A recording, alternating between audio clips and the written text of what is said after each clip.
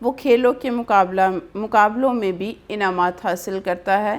میں بہت خوش ہوں کہ مجھے سچ ایسا نیک، ہمدرد، فرمانبردار، ذہین اور محنتی دوست ملا۔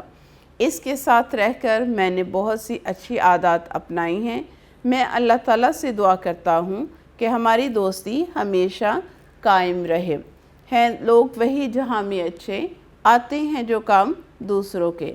یہاں دیکھیے اس مضمون میں شروع میں ہم نے اس کی تمہید باندھی، اس کی تعریف بیان کی، ٹاپک کی، موضوع کی کہ میرا بہترین دوست کسے کہا جاتا ہے۔ اس کے بعد ہم نے اگلے پیراگراف میں اس کی خوبیاں بیان کی کہ میرے دوست میں کیا کیا خوبیاں ہیں۔ آپ اس کو اپنے کسی بھی دوست کے نام لکھ سکتی ہیں کیونکہ تمام اچھے بچوں میں یہ کوالٹیز موجود ہوتی ہیں، تو یہاں آپ اپنے دوست کا نام بھی لکھ سکتے ہیں۔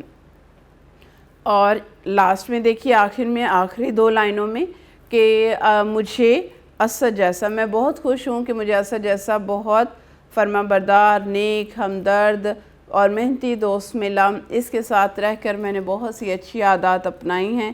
میں اللہ تعالیٰ سے دعا کرتا ہوں کہ ہماری دوستی ہمیشہ قائم رہے۔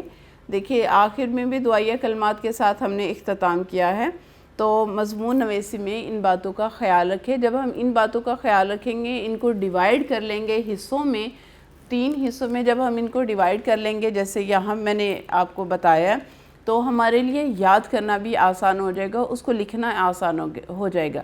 اگر آپ کریٹیو لکھ رہے ہیں، تخلیقی صلاحیتوں سے اپنے پاس سے اپنے الفاظ میں لکھ رہے ہیں، تو بھی آپ کے لیے آسانی ہو جائے گی۔ آپ اس کو 3 پورشنز میں ڈیوائیڈ کریں۔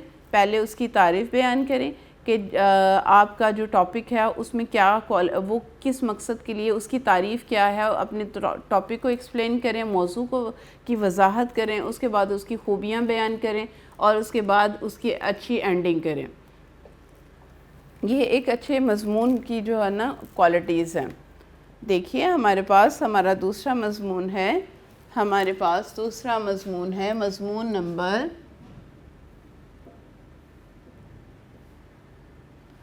4 ہے۔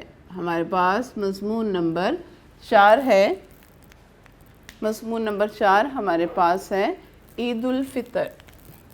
مضمون نمبر 4 ہے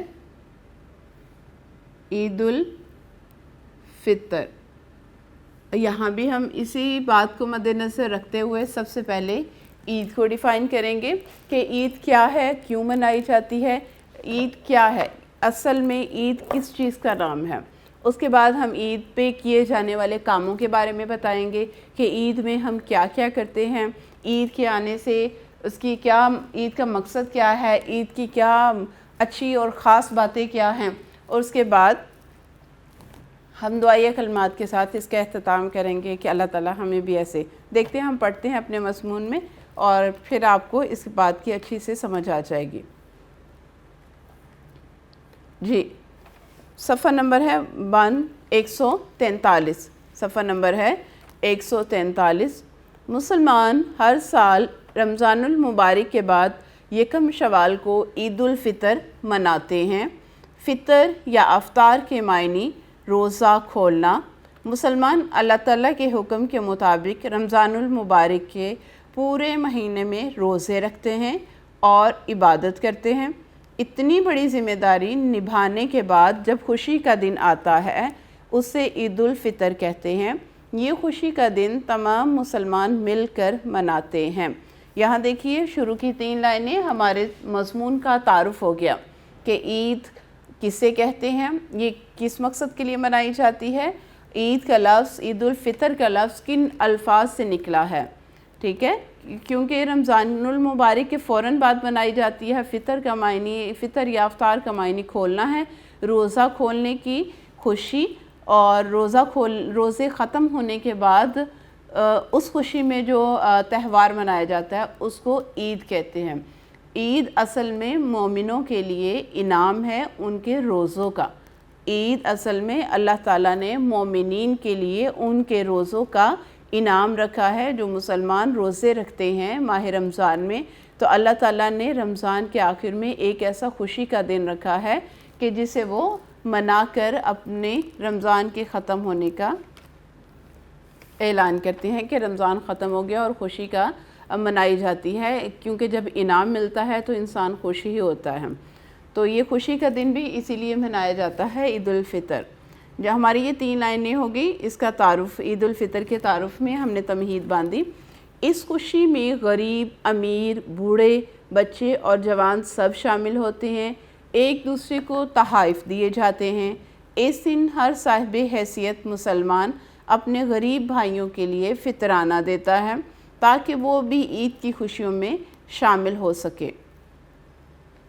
عید کے روز فجر کی نماز کے بعد گھروں میں میٹھی چیزیں بنائی جاتی ہیں، جن میں سوئیاں، کھیر اور شیر خورما وغیرہ شامل ہیں۔ سب نئے کپڑے پہن کر خوشبو لگاتے ہیں۔ عید الفطر کی نماز سے پہلے میٹھی چیزیں کھانا سنت ہے۔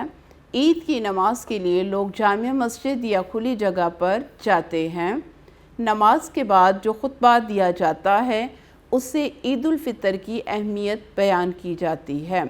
نماز کے بعد جو خطبہ دیا جاتا ہے اس میں عید الفطر کی اہمیت بیان کی جاتی ہے اور امن اور سلامتی کے لیے دعائیں بھی مانگی جاتی ہیں۔ نماز کے بعد لوگ ایک دوسرے سے گلے ملتے ہیں، امیر اور غریب کا فرق مٹ جاتا ہے، ایک دوسرے کو عید مبارک کہہ کر خوشی کا اظہار کیا جاتا ہے۔ بچے رنگ برنگے کپڑے پہن کر عیدی لیتے ہیں اور خوشی سے گھومتے پھرتے ہیں۔ بازاروں، تفریح گاہوں میں بہت رونق ہوتی ہے۔ اس دن تمام مسلمان بہت خوش ہوتے ہیں اور اللہ کا شکر ادا کرتے ہیں کہ اے اللہ، یہاں دیکھیے اختتامیہ ان کا، کہ اس دن تمام مسلمان بہت خوش ہوتے ہیں اور اللہ کا شکر ادا کرتے ہیں کہ اے اللہ، ہم نے تیرے حکم کے مطابق رمضان المبارک کے روزے رکھے، آئندہ بھی ہمیں نیکی کی توفیق دے اور ہمارے گناہ معاف فرما، آمین۔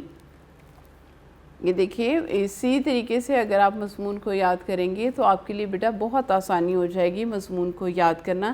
آپ اس کو 3 سیکشنز میں ڈیوائیڈ کر لیجئے، ٹھیک ہے۔ نیکسٹ ہمارے پاس ہمارا مضمون نمبر 5 ہے۔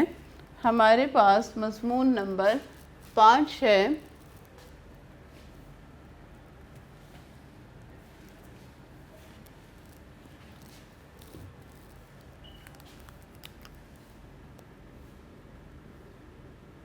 مضمون نمبر 5 ہمارے پاس ہے یوم آزادی۔ یوم آزادی، یوم کا مطلب ہوتا ہے دن اور آزادی کا مطلب آزادی کا دن۔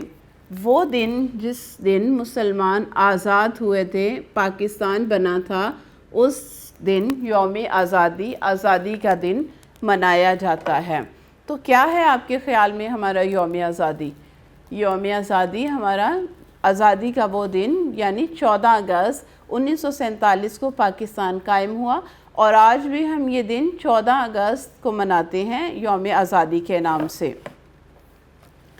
جی، سب سے پہلے ہم اس پہ تمہید باندھیں گے مضمون کی کہ قائد اعظم محمد علی جناح کے دن رات کی محنت اور لاکھوں مسلمانوں کی قربانیوں کے بعد پاکستان 14 اگست 1947 کو وجود میں آیا اور مسلمان غلامی سے آزاد ہوئے۔ اس آزادی کی یاد تازہ کرنے کے لیے ہم ہر سال 14 اگست کو آزادی کا دن مناتے ہیں۔ یہ دن پاکستان کی تاریخ میں بہت اہمیت رکھتا ہے۔ یہ دن بہت دھوم دھام سے منایا جاتا ہے۔ اس دن پورے ملک میں چھٹی ہوتی ہے۔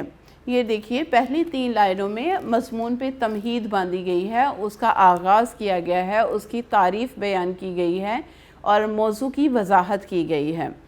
تو آگے دیکھیے ہمارے اس مضمون میں اس کی خوبیاں کیا ہیں، نفس مضمون اس کا مقصد کیا ہے اور اس کی خوبیاں کیا ہیں۔ جی، فجر کی نماز کے بعد مسجدوں میں پاکستان کی سلامتی کے لیے دعائیں مانگی جاتی ہیں۔ اس کے بعد توپوں کی سلامی بھی دی جاتی ہے۔ سرکاری عمارتوں پر قومی پرچم لہرایا جاتا ہے۔ سرکاری اور غیر سرکاری عمارتوں پر چراغاں کیا جاتا ہے۔ دکانوں، گھروں اور بازاروں کو روشنیوں یعنی کہ لائٹوں سے اور جھنڈیوں سے سجایا جاتا ہے۔ 14 اگست کو صبح 8 بجے پورے ملک میں سائرن بجایا جاتا ہے، جس سے ملک میں تمام ٹریفک رک جاتی ہے۔ ریڈیو اور ٹیلی ویژن پر قومی ترانہ نشر کیا جاتا ہے، قومی نغمے نشر کیے جاتے ہیں، جن نغموں سے وطن کی محبت کا اظہار ہوتا ہے اور وطن کی محبت دلوں میں مزید بڑھتی ہے۔ سرکاری اور غیر سرکاری عمارتوں پر چراغاں کیا جاتا ہے۔ دکانوں، گھروں اور بازاروں کو روشنیوں اور جھنڈیوں سے سجایا جاتا ہے۔ 14 اگست کو صبح 8 بجے پورے ملک میں سائرن بجایا جاتا ہے، جس سے ملک میں تمام ٹریفک رک جاتی ہے۔ ریڈیو اور ٹیلی ویژن پر قومی ترانے نشر کیے جاتے ہیں۔ اس کے بعد صدر پاکستان قوم سے خطاب کرتے ہیں، بچے ملی نغمے گاتے ہیں۔ اسکولوں اور کالجوں میں یوم پاکستان کے عنوان پر تقریری پروگرام منعقد ہوتے ہیں۔ اس روز قائد اعظم اور علامہ اقبال رحمۃ اللہ علیہ کی مزاروں پر پھولوں کی چادریں چڑھائی جاتی ہیں۔ گارڈز کی تبدیلی ہوتی ہے۔ گارڈز یعنی ان کے مزار کے باہر جو مسلح سیکیورٹی گارڈ کھڑے ہوتے ہیں، ان کو ہر سال تبدیل کر دیا جاتا ہے۔ ان کی جگہ نئے لوگوں کو وہاں پہ متعین کر دیا جاتا ہے۔ لوگ فاتحہ خوانی کرتے ہیں۔ اس روز مینار پاکستان پر بھی بہت رونق ہوتی ہے۔ یہ دن پاکستان کی تاریخ میں بہت اہمیت رکھتا ہے اور پاکستانیوں کے دل میں یہ جذبہ ابھارتا ہے کہ اگر ملک کی خاطر قربانی دینے کا وقت آیا تو وہ اپنی جان تک کی پرواہ نہیں کریں گے۔ اللہ تعالیٰ سے یہ دعا ہے، دیکھیے آخر میں دعائیہ کلمات ہیں۔ اللہ تعالیٰ سے یہ دعا ہے کہ ہمارے دل میں وطن سے محبت کا جذبہ پیدا ہو۔ اس کے آپ شروع میں بھی اور اختتام میں اور درمیان میں بھی اور اختتام میں شعر کا اضافہ کر سکتے ہیں مضمون میں خوبصورتی پیدا کرنے کے لیے۔ اللہ تعالیٰ سے یہ دعا ہے کہ ہمارے دل میں وطن سے محبت کا جذبہ پیدا ہو اور ہم اس کی ترقی کے لیے دن رات محنت کریں اور کوششاں ترقی کے لیے اور اس کو ترقی کی راہ پر گامزن کرنے کے لیے ہر وقت کوشاں رہیں۔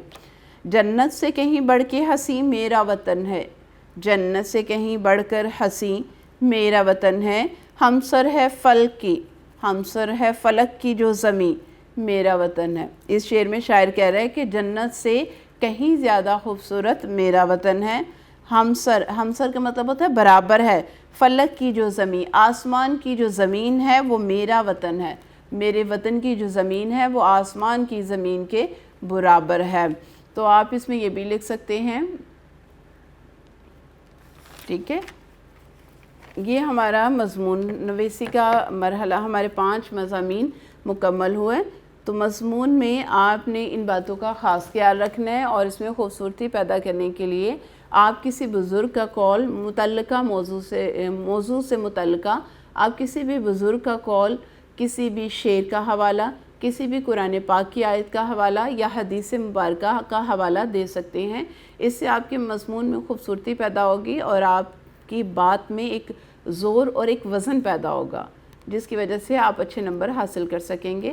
اور آپ اس کو جب اپنی گفتگو میں استعمال کریں گے، ان چیزوں کو، ان باتوں کو اپنی بات چیت میں، گفتگو میں شامل کریں گے، احادیث کے حوالے کو، قرآن پاک کے حوالے کو، قرآن پاک کی آیات کے حوالے کو، تو اس سے آپ کی گفتگو مضبوط اور آپ قرآن پاک کی آیت کو اور احادیث کے حوالے کو جب آپ اپنی گفتگو کا حصہ بنائیں گے تو آپ کی گفتگو میں ایک زور، ایک وزن پیدا ہوگا، ٹھیک ہے۔ مضمون نویسی کرتے ہوئے ہمیشہ ان باتوں کا خیال رکھیے گا، اپنا بہت سا خیال رکھیں اور اپنی پڑھائی پہ بہت زیادہ توجہ دیجیے، اپنی لکھائی پہ توجہ دیجیے، ٹھیک ہے۔